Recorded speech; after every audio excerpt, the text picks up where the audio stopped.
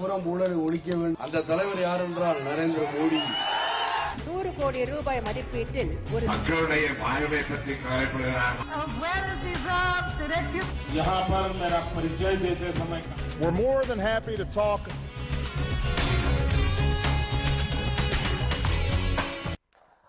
அச்சில் வந்தவை மீண்டும் தொடர்கிறது. பாலியல் குற்றச்சாட்டு சம்பந்தமாக கடந்த நவம்பர் மாதம் கைது செய்யப்பட்ட தெஹல்கா கட்சியினுடைய தெஹல்கா பத்திரிகையினுடைய ஆசிரியர் தருண் தேஜ்பால் அவர் கடைசியில ஒரு 6 மாசம் ஜூன் 7-8 மாசத்துக்கு பிறகு முதல் முறையாக அவருக்கு முழுமையான ஜாமீனை சுப்ரீம் கோர்ட் வழங்கி இருக்கிறது. இது விசாரணையை 8 மாதத்துக்குள் முடிக்க வேண்டும் என்று உச்சநீதிமன்றம் கீழ்கோர்ட்டுக்கும் சொல்லியிருக்கான்.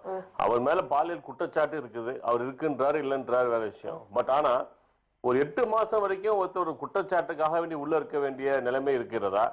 அது எப்படி சரிதானா? இல்ல எந்த வகையில 3 மாசத்துக்கு மேல ஒருத்தர் இருக்க முடியாதுன்னு சொல்றீங்க. கொலை செஞ்சவரே 6 மாசம் 3 மாசத்துல வெளியே வந்துடுறாரு.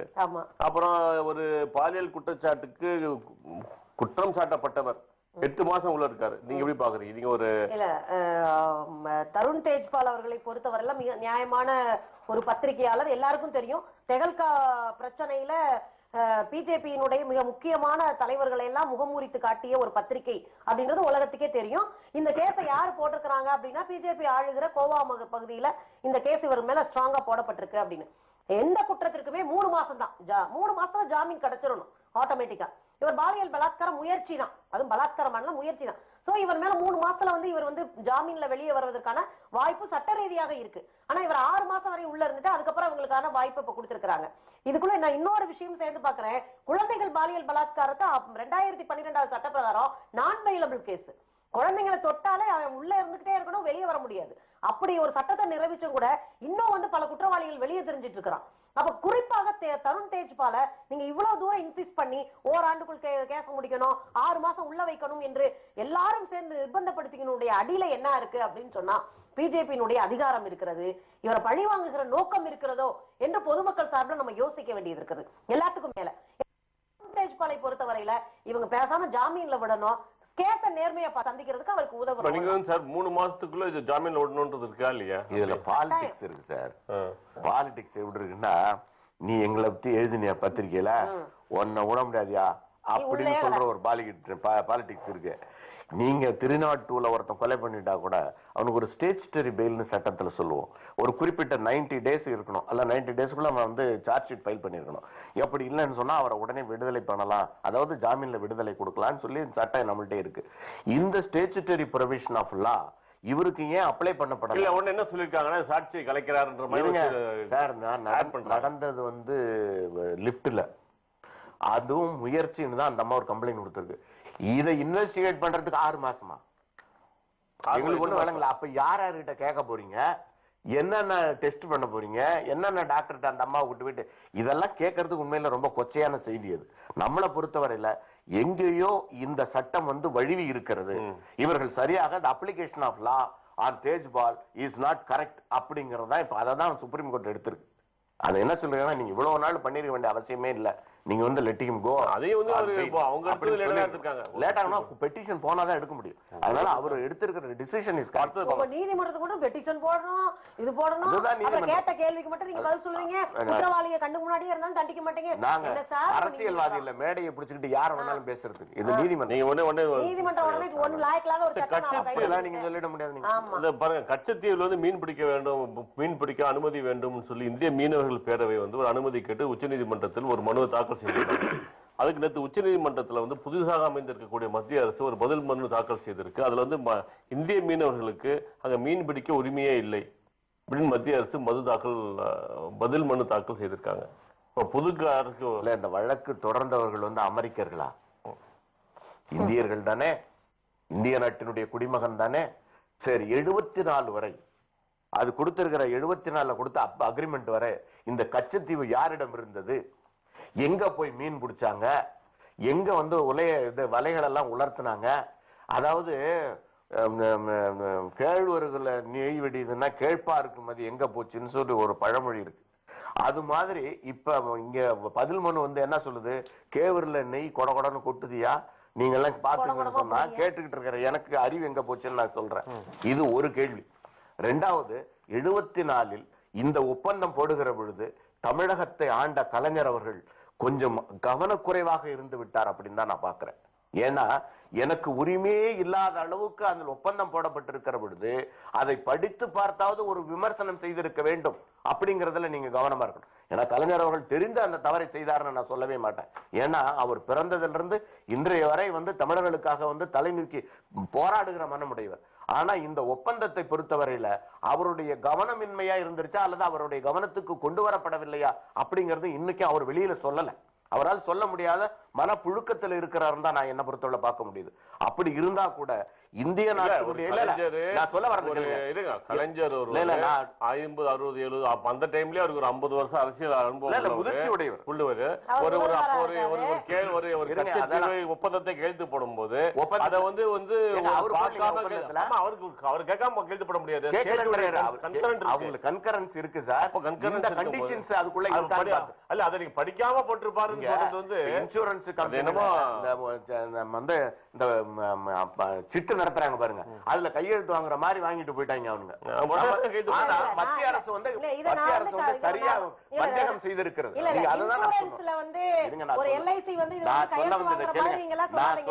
ஒரு மாநிலத்தினுடைய முதலமைச்சர் அந்த மாநிலத்தினுடைய பாரம்பரிய சொத்தாக இருக்கிற, அது இல்லாம ஒரு அரசினுடைய பாரம்பரிய சொத்தாக இருக்கிற அது ராமநாதபுரம் அரண்மனையினுடைய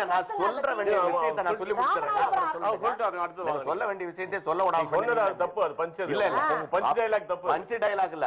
இவரை நீங்க முன்னிலைப்படுத்தி கலைஞர் தவறு செய்து விட்டார் அப்படின்னு சொல்லுவதை விட மத்திய அரசு வஞ்சகம் செய்திருக்கிறது, இதை வெளிப்படையாக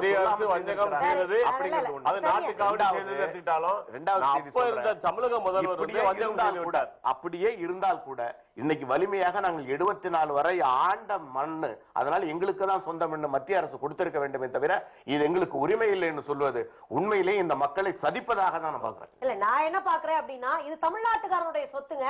ராமநாதபுரம் அரண்மனைக்காரங்களுடைய சொந்த சொத்து தீவு. அப்படி இருக்கிற போது ஒரு நாட்டினுடைய பிரதம மந்திரி அந்த நாட்டினுடைய சொத்தை எடுத்து கொடுக்கும் போது முதலமைச்சர் என்ன பண்ணிட்டு இருந்தாருன்னு ஒரு கேள்வி எல்லா இளைஞர்களுக்கு உண்டு, என்ன உட்பட. நாங்க என்ன கேட்கிறோம் அப்படின்னா, அப்ப நீங்க முதலமைச்சரா இருக்கீங்க, உங்க மாநிலத்துக்கு உட்பட்ட ஒரு பகுதியை கொண்டு போய் தார வாய்க்கும் போது உங்க மாநிலத்துல குறிப்பிட்ட அந்த ஒரு அமைப்பு, ஒரு ராஜா குடும்ப கையில இருந்த சொத்தை நீங்க தார வார்க்கிற போது அது குறித்த எந்த நாலேஜ் இல்லாம நீங்க எப்படி கையெழுத்து போட்டுக்க முடியும்? அதை ஒரு கேள்வி கூட கேட்காம நீங்க எப்படி விட்டீங்க? இவரா படிக்கிறாரு, அவர் அதிகாரிகள் படிச்சு சொல்ல போறாங்க. தெரியாம இருந்திருக்கும் நம்ப முடியாது. செக்ரட்டரியா மத்தவங்கள கொடுத்துருக்கணும். இல்ல இதுல இன்னொன்னு கூட நான் என்ன பாக்குறேன், இல்ல நான் இன்னொன்னு கூட நான் என்ன பாக்குறேன் அப்படின்னா, நேத்து தீவினுடைய படக்காட்சி தொலைக்காட்சிகள் ஒளிபரப்பாகுது. எல்லாம் எங்க பார்த்தாலும் சிங்கள, அதாவது இலங்கையினுடைய தேசிய கொடி பறந்துகிட்டு இருக்கு அந்த தீவுல. அப்போ குறிப்பாக இதுக்குள்ள ஒரு அரசியல் இருக்கு.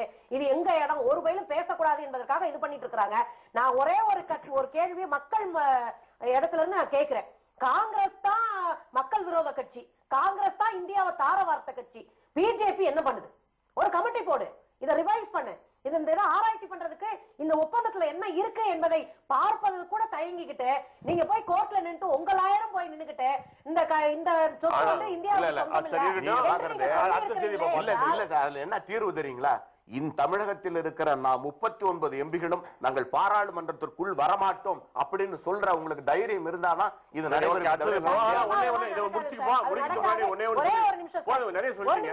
இந்தியாவில் இருக்கிற, குறிப்பாக தமிழ்ல இருக்கிற தமிழ் தேசிய கட்சிகள் என்ன மாங்கா பிடிங்கிட்டு நீங்க பேசுறீங்களா? முடிச்சு போனதுல என்னன்னா, நான் படிக்காம கையெழுத்து போட்டேன்னு கலைஞரை கூட சொல்லல. அவர் சாருக்கு டிஃபென்ஸ் வாங்குற அட்வொகேட் சொல்றாரு. இல்ல நான் சொல்றது கவனமின்மையா. தமிழர்களை பொறுத்தவரையில எந்த தேசிய கட்சி ஆட்சிக்கு வந்தாலும் தமிழ் மீனவர்களை காப்பாற்றுவதற்கு கடவுளால கூட முடியாது. கோவால இருக்கக்கூடிய ஒரு மந்திரி பெண்கள் ஆபாச உடைகள் அணிந்து கொண்டு ரோட்ல போக கூடாது, அது மட்டும் இல்லாம ஒரு கட்டையான குட்டையான ட்ரெஸ்களை போட்டுட்டு பப்புக்கு போக கூடாது, இதுதான் குற்ற செயல்கள் நடப்பதற்கான முக்கியமான காரணம் அப்படின்னு சொல்லியிருக்காரு. அதை ஒரு மகளிர் சங்கங்கள்லாம் எதிர்த்திருக்காங்க. நீங்க எதிர்க்கிறீங்களா? அவர் சொல்றது நியாயம் இருக்குன்னு நினைக்கிறீங்களா? தபால்கர் அப்படின்னு சொல்லிட்டு தபாலிக்கர் அப்படின்ற ஒரு உள்துறை அந்த ஏரியால இருக்கிற பிடபிள்யூ அமைச்சர் நினைக்கிறேன், அமைச்சர் அவர் சொல்லியிருக்காரு, பெண்கள் குட்டை பாவடை அணிவதனால் முதல்ல கோவாவுடைய பின்னணி யோசிக்கணும். கோவா போர்ச்சுகீசியர்கள் அதிகமாக இருக்கிற பகுதியாக இருந்தது. கோவா, டையூ, டாமன் போன்றதெல்லாம் போர்ச்சுகீசியர் ஆக்கிரமிச்சிருக்காங்க. அவங்களுடைய கல்ச்சர் இன்றைக்கு வரைக்கும் பெருசா இருக்கு. இப்ப எப்படி பாண்டிச்சேரியில பிரெஞ்சுக்காரர்களுடைய அந்த இது ஆட்சி அதிகமாக பிரெஞ்சுக்காரர்கள் இன்றைக்கும் குடியிருக்கிறார்களோ அது போலதான் அங்கேயும் குட்டபாவடை அணிகிறதுனால உன் கலாச்சாரம் போகிறது அப்படின்றத மீண்டும் மீண்டும் நீங்கள் செய்வது என்பது மேலும் ஆடை விஷயத்துல பெண்களை வந்து அச்சுறுத்துகிறது. குட்டபாவடைகள் அணிந்து கொண்டு போவது வந்து பால் உணர்வை தூண்டுகிறது அப்படின்னு ஒரு சொல்ல தவறு என்ன இருக்கு? ஏன்னா நீங்க ஒரு ஒழுங்கான ட்ரெஸ் போட்டுட்டு போட ஏன் ப்ராப்ளம் வருது? நீங்க குட்டப்பாவடையே போடாம யூனிஃபார்ம் போட்ட பொம்பளைங்க தான் ரேப் பண்றீங்க. நீ குட்டப்பாவடை போற பொம்பளை பார்த்துட்டு ஒரு யூனிஃபார்ம் போட்ட பொம்பளை ரேப் பண்றீங்க. நல்லா ஞாபகம் வச்சுக்கோங்க, ஆம்பளைக்கும் பொம்பளைக்கும் ஃபீலிங் லெவல் ஒண்ணுதான். ஆனா பொம்பளை எந்த ஆம்பளை பரண்டல அப்படின்னா வளர்க்கிற சூழல் தான் மனிதர்களை தீர்மானிக்கும். அப்படி சூழல்கள் சரியில்லைன்றால போடுகிற ஆடை மேலே நீங்க குற்றம் சாட்டுவது என்பது குற்றவாளிகளை காப்பாற்றுகிற முயற்சி. இதுவும் சிவசேனா சொன்ன கருத்து நல்லதுன்னு இவர் சொல்லியிருக்கிறது இன்னும் ஆபத்தை விளைவிக்கக்கூடியது. ஏன் அப்படின்னா ஹைதராபாத் போன்ற பகுதிகளில் பெண்கள் மீது வன்முறை நடத்தி பெண்களை அடிச்சு இது பண்ணிட்டு வேலைக்கு போகிற பெண்கள் நீங்க வெளியே போற நீ ஏன் இப்படி ட்ரெஸ் பண்ற என்று கேட்டவங்க தான் இந்த ராம்சேனா அமைப்பு. எனவே ராம்சேனா தவறான முன்னுதாரணமாக நான் பார்க்கிறேன். பிஜேபியினுடைய அட்டகாசத்துல இது ஒண்ணு இல்ல. பெண்களுடைய உடைய இதுல வந்து இன்டர்ஃபியர் பண்றோம், அவங்க தலையிடுறாங்க அப்படின்னு பாக்குறீங்களா? ஏன் வந்து ஒரு ஆபாசமான உடைய அணிந்து போறீங்க? சைக்காலஜிகளை பாத்தீங்கன்னா மகளிரினுடைய உடைமல்ல அந்த உடல் வாகு இருக்கு பாருங்க, அது ஈர்ப்புத்தன்மை உடையதுங்கிறதா சைக்காலஜிக்கலி இருக்கிறது. அதை இவங்க மறுத்து இவங்க பேசுறாங்க. அப்படி நம்ம எடுத்துக்க முடியாது. பதில் பேசாதீங்க. நீங்க எப்பொழுதுமே அந்த ஈர்ப்புத்தன்மை உடையவர்கள் கொஞ்சம் பாதுகாப்பா இருக்கணுங்கிறதா அதுல இருக்கிற தவிர மலரில் இருக்கிற மகரந்தம் கூட அது வெளியில் முதிர்ந்து வெளியில வருகிற வரை அந்த இதழ் மூடி இருக்கும். அந்த மகரந்தம் முதிர்ச்சி அடைந்து வெளியில போகும்பொழுது அந்த வெறியும். அதனால நீங்க வந்து அந்த உணர்வு கூட இல்லாம நாங்க மொத்தத்தையும் நாங்க எடுத்துட்டு அப்படியே இதோட தான் போவோம் அப்படின்லாம் சொல்லிட்டு இருந்தீங்கன்னா அது நாகரிகமா. ஒருவேளை உங்களுடைய உங்களுடைய உரிமையில் அது தலையிடுகிறது நீங்க நினைச்சீங்கன்னு சொன்னா அது அவங்களுடைய தனிப்பட்ட உரிமையை நம்ம எடுத்துக்கலாமே தவிர சமூகத்தினுடைய ஒழுக்கம் சமூக கட்டுப்பாடுங்கிற பொழுது அவங்களுக்கு ஒரு வரையறை எடுத்து நீங்க இப்படிதான் போகணும்னு சொல்ல வேண்டியதில்லை. உங்களை நீங்களே பாதுகாத்துக் கொள்ளுகிற ஒரு நிலை இருந்தா நல்லதுதான். உங்களை நீங்களே பாதுகாத்துக் கொள்ளுகிற நிலை என்பதே ஆணாதிக்கத்தினுடைய உச்சபட்சம் நான் சொல்லுவேன். காரணம் என்னன்னா பண்ற ஆளுங்க நீங்க உங்களை பாதுகாப்புங்கன்னா எங்க போறது? யாரால பிரச்சனை வருகிறதோ அவர் பாதுகாத்துக்கனா பொம்பளைங்க பூரா ஏதாவது இது போட்டுக்கிட்டு போய் செவ்வாய் கிரகத்துலதான் உட்கார்ந்துட்டு இருக்கணும். இன்னொன்னு நீங்க கேட்டீங்களே, நான் கேட்கிறேன் பெண்களுடைய உடல் உன் மகள் மேல அப்படி வராது, உங்க ஆத்தா மேல அப்படி வராது, உன் பேத்தி மேல அப்படி வராது. என்ன ஒழுக்கம்? அடுத்த வீட்டு பொம்பளை மட்டும் நீ ஊத்து பாப்ப, உன் வீட்டு பொம்பளைங்களை மட்டும் நீ இது மாதிரியான மென்டாலிட்டி தான். பாலியல் ரீதியான பார்வை எல்லா பெண்கள் மீதும் ஒரே மாதிரி இருக்கணும். ஆனா ஓ வீட்டு பெண்கள் மட்டும் உங்க வீட்டு பிள்ளைங்க ஒழுக்கமான முடி வரலனாலும் ஒரு சாதாரண ட்ரெஸ் போட்டிருந்தாலும் உங்களுக்கு அப்படி பாலியல் தோணல. என்பது அவர் சொன்னதுல வந்து ஓரளவுக்கு நியாயம் இருக்கா? நியாயம் இருக்குன்னு சொல்லல சார். ஆடை என்பது அவரவர்களுடைய வசதிக்காக போடுகிறது. பெட்ரோல் டீசல் விலை பெட்ரோல் விலை ஏறிச்சு, டீசல் விலை ஏறிச்சு, ரயில்வே விலை ஏறிச்சு. இப்ப வந்து கேஸ் விலையை வந்து வெளியேற்றிருக்காங்களா? அதாவது மானிய கேஸ் இல்லாம மத்த கேஸ்கள் வந்து 16 ரூபாய் 50 பைசா. எல்லா விலைகளும் ஏத்தங்களையும் குறைக்க வேண்டும் என்று ராமதாஸ், அப்புறம் வைகோ, திமுக, எல்லா காங்கிரஸ், எல்லா கட்சி ஞான தேசியம் எல்லாரும் கேட்டிருக்காங்க. வந்து விலைவாசியை ஏறிக்கிட்டே இருக்கு. எந்த நேரத்தில் வந்து நீங்கள் பிஜேபி அரசு நாங்கள் வந்தாலும் குறைப்போம் விலையைன்னு சொல்லிட்டு வந்திருக்கீங்க. அது மட்டும் இல்லாம இந்த மாதிரி டீசல் விலை ஏற்றுவதனால பொருட்களின் விலை ஏறுமே, அதனால வந்து நீங்க இதை திரும்ப வாபஸ் பெற வேண்டும்னு கேட்டிருக்காங்க. இல்ல ஏற்கனவே வந்து ரொம்ப தெளிவா வந்து பிஜேபி வாக்கு கேட்கிற போது நாங்க கசப்பு மருந்து தான் குடுக்க போறோம் கொஞ்ச நாளைக்கு, நீ குடிச்சுட்டா ஆகணும்னு சொன்னா நாங்க ஏன் கசப்பு மருந்து குடிக்க போறோம்? நாங்க ஓட்டு போடாம எங்க வேலையை நாங்க பாத்துருப்போம். காங்கிரஸ்னால மூஞ்சில 4 குத்து குத்திக்கிட்டாவது உட்கார்ந்து இருக்கிற மாதிரி இருக்கும். இப்ப பிஜேபி ஒண்ணுமே செய்ய முடியாது. தடி எடுத்தா தண்டல்காரன் அங்கெல்லாம் எது வேணாலும் நடக்கிறதுக்கான வாய்ப்பு இருக்கிறது. இதுல என்ன அப்படின்னா ஒவ்வொன்னா ஏறிடுது. இதோட 2 தடவை வந்து பெட்ரோல் டீசல் விலை உயர்த்தப்பட்டிருக்கிறது ஒரே மாசத்துக்குள்ள. இன்னொன்னு நீங்க பாத்தீங்கன்னா விலைவாசியினுடைய உயரம் எப்படி போயிருக்குன்னா 6.0 விலை உயர்ந்திருக்கு. அத்தியாவசிய பொருள் காய்கறிகள் மேல வெங்காயத்தினுடைய விலை இன்னைக்கு கடுகடுன்னு உயர்ந்திருக்கு. இதோட கேஸ் விலை வேற. கேஸ் விலை 16 ரூபாய் சொல்ற மானியம் இல்லாத கேஸ் கூட நாங்க ஏத்தி இருக்கிறோம் அப்படின்னு ஒரு பக்கம் இது பண்ணிருக்காங்க. இது என்ன அடிப்படை? ஏற்கனவே வந்து சக்கரையுடைய விலை 6 ரூபாய் ஏறி இருக்கு. ஏற்கனவே வந்து இப்படி பாலுடைய விலை 6 ரூபாய், சக்கரையுடைய விலை 3 ரூபாய் ஏறி இருக்கு. இப்படி ஏறிக்கிட்டே போகுது. என்ன அடிப்படை அப்படின்னா உணவுப் பொருள்களும் அடிப்படை தேவையான பொருள்களும் பாதிக்கப்படுகிற போது நடுத்தரமும் பின்தங்கிய குடும்பத்தை சேர்ந்தவர்களோ சாமானியர்களும் சாப்பாட்டுக்கு வழி இல்லாம போறாங்க. இந்திய பொருளாதாரத்தினுடைய வீக்கம் இன்னைக்கும் வீங்கி வெடிக்க போற மாதிரியா தான் இருக்கு. துணையா கேட்கிறேன். இப்ப எப்படின்னா பெட்ரோல் விலை இந்த இன்டர்நேஷனல் சந்தையில ஏறும்போது, கச்சா எண்ணெயினுடைய விலை அதிக இன்டர்நேஷனல் சந்தையில ஏறும்போது விலைவாசியை பெட்ரோலினுடைய விலையோ டீசலினுடைய விலையோ ஏற்றியதான் ஆக வேண்டும் என்பதுதான் ஒரு நிர்பந்தம். நீ ஏத்தனா வந்து பற்றாக்குறை வரும், பற்றாக்குறை வந்தா இன்ஃபிளேஷன் வரும், இன்ஃபிளேஷன் வந்தா விலைவாசி ஏறும். இதுதானே? ஆனா ஒரு சைக்கிளிக்கு அப்படின்னும் போது இதை வந்து அவங்க ஏத்துறது தவறுன்னு எப்படி சொல்வீங்க சார்? நீங்க இன்னொரு பேசிக்கா நீங்க பாருங்க சார். நாங்க பாபர் மசூதி கட்டுவோம்னு சொல்லி அந்த இடிச்சு நாங்க அதுல ஒரு கோயில் கட்டுவோம்னு சொல்ல நீங்க அஜெண்டாவில் கொண்டாந்துட்டீங்க எலெக்ஷன் மேனிபெஸ்டோவில். ஆனா டீசல் விலையும் பெட்ரோல் விலையும் ஏத்த மாட்டோம் அப்படின்னு சொல்லியிருக்காங்களா? பேச்சன சரியா நம்ம பேசணும். நீங்க இப்படியே வாயில இப்படி கேட்கறதால எப்படி கேட்கறேன்னா, ஆனா டீசல் விலையும் பெட்ரோல் விலையும் காங்கிரஸ் அரசாங்கம் வந்து ஏத்திட்டு இந்த காரணத்தை சொல்லும் போது நீங்க பேசாதீங்க, இருங்க முதல்ல பேசுறது மாதிரி பேசிங்க, நான் கேட்டுருங்க. அதாவது வந்து டீசல் விலையும் பெட்ரோல் விலையும் காங்கிரஸ் அரசாங்கம் ஏத்தும் போது என்ன சொல்லிச்சுன்னா, வெளிநாட்டு சந்தையில பெட்ரோல் விலை டீசல் விலை கச்சா எண்ணெய் விலை ஏறுது, அதனாலதான் நாங்க ஏத்துறோம்னு சொல்லும் போது இதை எதிர்த்து பிஜேபி பந்த் வரைக்கும் கொடுத்த கட்சி.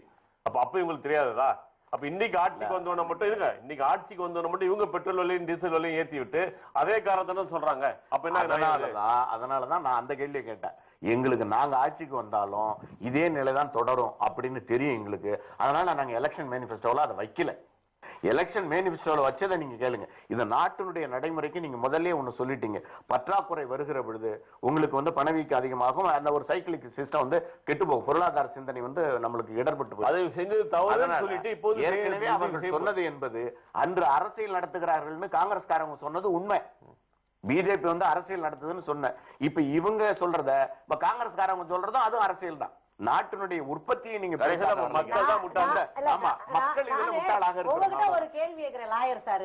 நீங்க என்ன சொன்னீங்க, எலெக்ஷன் மேனிஃபெஸ்டோல அவங்க என்ன கொடுத்திருக்காங்களா? எலெக்ஷன் மேனிஃபெஸ்டோல கசப்பு மருந்து குடுத்துவேன்னு எந்த லைன்ல போட்டாங்க? அத பத்தி நீங்க சொல்றீங்களோ? நான் என்ன கேக்குறேன், உங்களுக்கு ஓட்டு போட்டு பாலாரும் தேனாரும் ஓடும் நம்பிக்கிட்டு இருக்கிற மக்கள் நீங்க என்னங்க செய்ய போறீங்க? ஓட்டு போட்டீங்க நல்ல காரம் போறீங்க சொல்லியா? பெரிய வளர்ச்சியை கொடுப்போம், பெரிய மாற்றத்தை இருங்க, பெரிய வளர்ச்சியை கொடுப்போம், பெரிய மாற்றத்தை கொடுப்போம், பெரிய அளவுல வந்து இந்தியாவை தூக்கி நிறுத்துவோம், வல்லரசாக்குவோம், நல்லரசாக்குவோம். 1008 பூடா விட்டீங்கல்ல நீங்க. குறைஞ்சபட்சம் விலைவாசியை குறைச்சு கஞ்சிக்கு வழி பாருங்க. 30 நாள்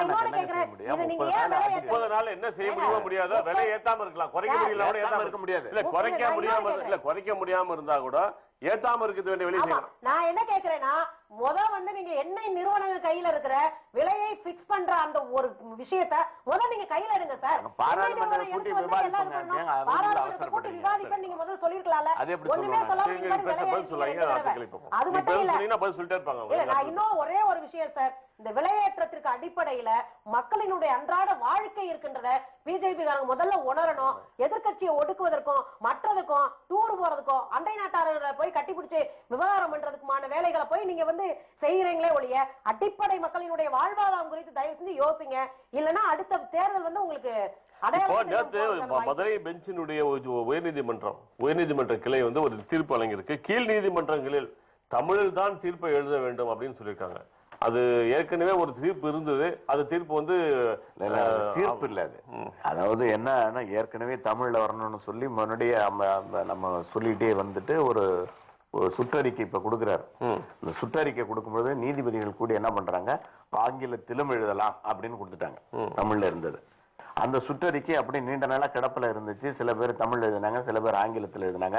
அது இப்போ ஒரு மொழியா தமிழை நீங்க நடைமுறைப்படுத்தணும் நீதிமன்றத்துல அப்படின்னு வர்ற பொழுது அந்த சுற்றறிக்கையை காட்டி நாங்க எழுத முடியாதுங்கிற அளவுக்கு இவங்க வந்தாங்க. இப்போ அந்த சுற்றறிக்கை நடைமுறையில இருந்தால்தானே நீங்க எழுத முடியாதுன்னு சொல்லுவீங்க. தமிழ்நாட்டுல பிறந்து தமிழ்ல படிச்சு எல்லாம் இந்த நாட்டினுடைய இதை பெற்றுக்கிட்டு நீங்க தமிழ்ல எழுத மாட்டான்னு சொல்ற ஆளுகளுக்கு ஒரு அடி. நீங்க இனிமே தமிழ்ல தான் எழுதணும். ஏற்கனவே சுற்றறிக்கை இப்ப வந்து ரத்து செய்தாச்சு. இத ஒரு நீதிமன்றத்துக்கு போய் ஜஸ்டிஸ் ராமசுப்ரமணியம் அவர்கள் தான் அதை கொடுத்திருக்காரு துணிஞ்சு. ஏன்னா நீங்க சொல்றது சுற்றறிக்கை இருக்கிற பொழுதுதான் நீங்க சொல்லுவீங்க. சுற்றறிக்கை ரத்து பண்ணிவிட்டா என்ன சொல்லுவீங்க, நான் ரத்து பண்றேன் இப்ப எழுது தமிழ்ல அப்படின்னு இவங்களை வலிந்து எழுத சொல்ல வேண்டியதா இருக்கு. நாட்டினுடைய நிலைமை அந்த அளவுக்கு கேவலமா போயிடுச்சு.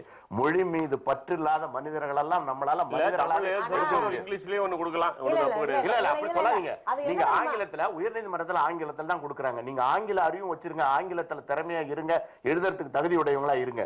ஒரு தமிழகத்துல நீங்க தமிழ்ல தான் எழுதணும்னு சொல்லி ஒரு வரையறை வந்துட்ட பிறகு அதை நான்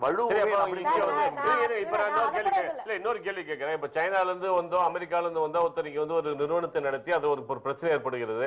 பிரச்சனை ஏற்படும் போது அவர் போய் தமிழுக்கு கீழ் கோர்ட்ல உட்கார்ந்து தமிழ்ல மட்டும் தான் நீதி வரணும்னு சொன்னீங்கன்னா ஏன் இங்கிலீஷ் ஆங்கிலத்துல ஒரு கூட ஒரு மொழிபெயர்ப்பையும் கொடுக்கலாம் இல்லையா? மிகப்பெரிய நிறுவனத்தை நடத்துகிறவர்கள் தனியா வச்சுக்கலாம் சார். மிகப்பெரிய நிறுவனத்தை நடத்துறவங்க இல்ல கோட்டை கொடுக்குமா? இல்ல அதுக்கு டிரான்ஸ்லேட்டர்ஸ் இருக்காங்க. நீங்க அப்ளை பண்ணி நீதிமன்ற நீங்க அப்ளை பண்ணுங்க, எனக்கு ஆங்கிலத்துல வேணும்னு சொல்லி ஆங்கிலத்துல கொடுப்பாங்க சார். நான் இன்னொன்னு சொல்றேன், இந்த ஜெயலலிதா அம்மையாருக்கு கொடுத்தாங்க தெரியுங்களா ஆங்கிலத்துல டிரான்ஸ்லேட். இந்த தீர்ப்பு வந்து கீழமை நீதிமன்றங்களுக்கு தான். கீழமை நீதிமன்றங்கள பெரும்பாலான கேஸ் சாதாரண மக்களும் லோக்கல்ல இருக்கிறவனுடைய கேஸ் தான் வரும். அவனுக்கே தெரியாம ஆமாங்க சாமி அப்படின்னு கோர்ட்ல நின்னு பேசிட்டு இருக்காம புரிஞ்ச பாஷையில பேசினா முதல் கேஸ் எந்த லெவல்ல போயிருந்து வக்கீல்களை கண்டுபிடிக்க ஒரு வாய்ப்பு இருக்கு. இவங்க சொல்றாங்க ஒரே ஒரு செய்தியை மட்டும் சொல்றேன், மக்களுக்கு ஒரு செய்தியை நம்ம சொல்லிடுவோம். நீதிமன்றத்தில் இருக்கிற நீதிபதிகள்லாம் தமிழ்ல எழுதுவாங்கன்னு முடிவு பண்ணிடாங்க. பாதி சொல்ல ஆங்கில சொல்ல பயன்படுத்துறாங்க. ஒண்ணு இப்ப அறம், நீதி, ஒழுக்க, முறை, நயம்னு சொல்லி 5 சொல் நீதியை குறிக்கிறது. இது யாருக்கும் தெரியாது. சொல்ல விட மாட்டேங்கிறீங்க நீங்க. நீங்க என்னத்த சொல்ல முடியும்? ஒரு செய்தியை சொல்ல விட மாட்டேங்கிறீங்க. இல்ல இல்ல பேசுறத வந்து நீங்க குறுக்கிட்டு வந்து சொல்ல வேண்டியதை மழிக்கிறீங்க. ஒரு மொழி வளம் இந்த மக்களின் மத்தியில் நீங்க கல்வித்துறை வாயிலாக கொண்டு வந்து பதிவு செய்யவில்லை. தமிழை எழுதுன்னு சொன்னா எப்படி எழுத முடியும்? ஒரிஜினல் சைடு என்ன தமிழ், வக்காலத்துக்கு என்ன தமிழ், இப்படி தமிழே இல்லாத பொழுது நீங்க தமிழ் எழுதுன்னு சொல்றது கூட ஒரு குறைபாடா இருக்கிறது. ஏன்னா கல்வி நிலை அப்படி இருக்கு. மொழி வளம் சாதாரண மக்களுக்கு அவன் பாஷையில நீங்க நீதி கொடுக்கணும், அவ்வளவுதான் இதுக்குள்ள இருக்கிறது. உலக கோப்பை கால்பந்து போட்டி நடந்துட்டு இருக்கு. இதுல பாத்தீங்கன்னா கேமரான் அணி வந்து தொடர்ந்து 3 போட்டிகள்லயும் தோத்தாங்க. அதுல வந்து என்ன சொல்றாங்கன்னா இப்போ அங்கேயே வந்து சூதாட்டம் இருக்கிறது, இருக்கலாம் இல்ல இருக்கிறது. என்னன்னு கேட்டா அதுல வந்து அந்த போட்டியில வந்து ஒருத்தர் எப்ப கோல் போடுவாரு, ஒருத்தர் எப்ப வந்து அந்த டீம்ல இருந்து ஒரு தகராறு பண்ணிட்டு வெளியே வருவாரு, இந்த ரெட் கார்டுன்னு ஒண்ணு காட்டுவாங்க தெரியுமா, அது காட்டினா எப்போ வருவாரு என்பதெல்லாம் துல்லியமாக நிர்ணயிச்சு ஒருத்தர் சொல்லியிருக்காரு. முதல்ல பெட்டிங் நடக்குது என்பதற்கு அது ஆதாரமா இருக்கு. அதை வந்து ஒரு பத்திரிகை வந்து அதை வந்து பதிவு செய்து இப்ப வெளியிட்டு இருக்காங்க. ஆனா அதுல என்னன்னா தமிழ் அங்கேயும் போய் கொடி நாட்டிட்டாங்க. அங்க இருக்கவர் யாரா, அந்த சூதாட்டத்தை நடத்தியவர் யாருன்னு பாத்தீங்கன்னா ஒரு இந்தியர். அவர் இந்தியாவில இருந்து வந்த ஒரு ஆளா இருக்கலாம். வில்சன் ராஜ் பெருமாள் என்பவர் தான். இவரு தான் அங்கேயும் போய் தமிழ்நாட்டுக்காரர். பெருமாள்ன்ற பேர் பெருமாள் தமிழ்நாடு கொடிய நாட்டுறதுல கவனமா இருக்கும். அது விளையாட்டு போட்டிகளை இவ்வளவு மேட்ச் பிக்சிங் வைக்கிறது அப்படின்றது அவமானகரமான வேலை. விளையாட்டுல வெற்றி தோல்வியை அடிச்சு ஜெயிக்கணுமே ஒழிய இந்த வெளியே உட்கார்ந்துட்டு இந்த ஆளுங்க பிக்ஸ் பண்ணிட்டு நீ இந்த இடத்துல கோல் போடு இந்த இடத்துல வைக்கிறது அப்படின்றது விளையாட்டு. ஒரு விளையாட்டுல கூட நம்ம ஆளுங்க அரசியலா பாக்குற சூழல்ல தமிழ்நாட்டுக்கு பாருங்க, ஃபுட்பால்ன்ற மேட்ச் வந்து எத்தனையோ வருஷமாக ஃபுட்பால் மேட்ச் எவ்வளவு வருஷமா நடக்குது. அது இந்த மாதிரி பிரச்சனைகள் உலகத்துல அதிகமான ரசிகர்கள் கொண்ட விளையாட்டு. கிரிக்கெட் வந்து நம்ம ஆளுங்க தான் வந்து இந்த பெட்டிங் எப்படின்னு ஆரம்பிச்சாங்க இங்க. இப்ப அங்க ஃபுட்பால்லயே கொண்டு போய் இவங்க அந்த பெட்டிங் ஆரம்பிச்சு வில்சன் ராஜ் பெருமாள் அவருக்கு அந்த பெருமையை சேரும். அவர் தான் வந்து அங்கேயே வந்து இப்ப சூதாட்டத்துல வந்து முதல் அணியாக இதை மாட்டிருக்கு கேமரான். இன்னும் பல அணிகள் உள்ள இருக்குதுன்னு சொல்றாங்க. 7 பிளேயர்ஸ் வந்து சேர்ந்துக்கிட்டது இல்ல கேமரான்ல. மொத்தம் இருக்க 11 பேரா 10 பேர்ல 7 பேர் வந்து பணத்தை வாங்கிட்டு விளையாடவே இல்லையா. ஏன்னா இப்ப அவர் தமிழரா இல்லையான்னு நம்மளால உறுதிப்படுத்த முடியல. ஒரு கணிப்பு தான் இந்தியாவுடைய தொடர்பு உள்ளவர். ஆனா இந்த தமிழர்னு ஒரு பாத்தீங்கன்னு சொன்னா பாராளுமன்றத்துல சட்டசபையில அரசியல்கள்ல வந்து அதிகமான பிழைகள் செய்து அதை தவிர்க்க முடியாத பிழைகள் செய்தவர்கள் தமிழர்கள். அது வரலாறு தனியா இருக்குது. அதனால இந்த சூதாட்டத்திலையும் நம்ம அவ்வளவு விமர்சனமா போய் உலக நாடுகள்லயும் பேர் பெற அளவுக்கு தவறு செய்யறவனா இருக்கிறான்னு சொல்லி உண்மையிலே வருந்தத்தக்கதா இருக்கு. நீங்க வந்து தமிழன் என்று சொல்லடா தலை நிமிர்ந்து நில்லடான்னு இந்த மாதிரி நேரத்துல தப்பு தானே. நீங்க வந்து ஒரு ஆளு போய் இந்த மாதிரி சூதாட்டம் நடத்துறதுன்னு சொன்னா இந்த ஆளுக்கெல்லாம் வந்து இப்ப நீங்க சொல்லுவீங்கல்ல பெயிலே கொடுக்க கூடாது உள்ள போடணும்னு. இல்ல நம்ம நாட்டினுடைய மானத்தை, அதாவது அதை வந்து அவர் வந்து அங்க இருக்க குடியுரிமையா இருக்கலாம் இன்னைக்கு, ஆனா இங்க இருந்து பூர்வீகம் எங்க தான் போயிருப்பாரு. என்ன சொல்லுவாங்கன்னா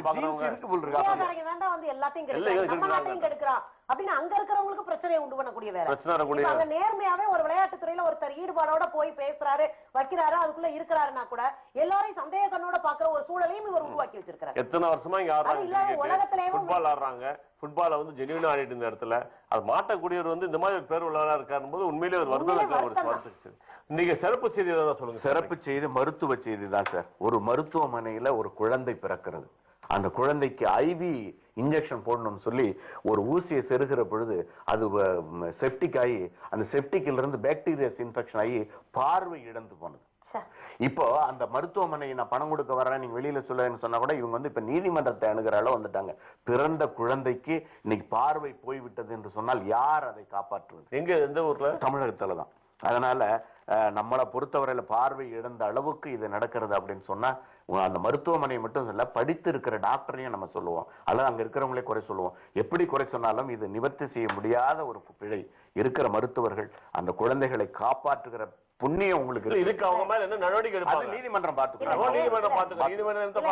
நேத்து இந்த மருத்துவத்தோட இன்னொரு சேர்த்து ஒரு குறிப்பு, தடை செய்யப்பட்ட மருந்துகள் எல்லாம் உலக அளவுல உலக நாடுகள் தடை செய்த மருந்துகள் எல்லாம் பெரும்பாலும் வந்து சேருகிற ஒரு இடமாக தமிழகம் இருக்கிறது. அதுல யாரா பாதிக்கப்படுறா? குழந்தைகளும் பெண்களும். இது ரொம்ப கேவலமான விஷயம். அந்த மருந்துல அம்மா மருத்துவ அதுல வாங்கி விற்காம இருக்கணும். விற்பாங்க. அவங்களுக்கு என்ன தெரியும் அங்க தடை செய்யப்பட்டிருக்க மருந்துன்னு? இங்க இருக்கிற அறிவியல் குழு வல்லுநர்கள் தடை செய்யப்பட்டிருக்கிற மருந்துகள் நான் என்ன கேட்கிறேன், வெளியே இருக்கிறவங்களுக்கு தடை செய்த மருந்தை தமிழ்நாட்டிலே தடை செய்யுங்க. அப்ப தமிழ்நாட்டு மக்கள் சாமானியர்கள் தானே வந்து வாங்குறாங்க அரசு மருத்துவமனைகளை. இதெல்லாம் பார்க்கணும். குழந்தைகளுக்கு மருத்துவம் பார்ப்பவர்கள் கூடுதல் சிரத்தையோடு மருத்துவம் பார்க்கணும். பெற்றோர்களும் கொஞ்சம் கவனமா இருக்கணும். இதோட முடிச்சு போனிக்கு நேர்களே, அச்சில் வந்தவை நிகழ்ச்சி இன்று இத்துடன் முடிவடைகிறது. நாளை இதே நிகழ்ச்சியில் மீண்டும் சந்திப்போம். வணக்கம்.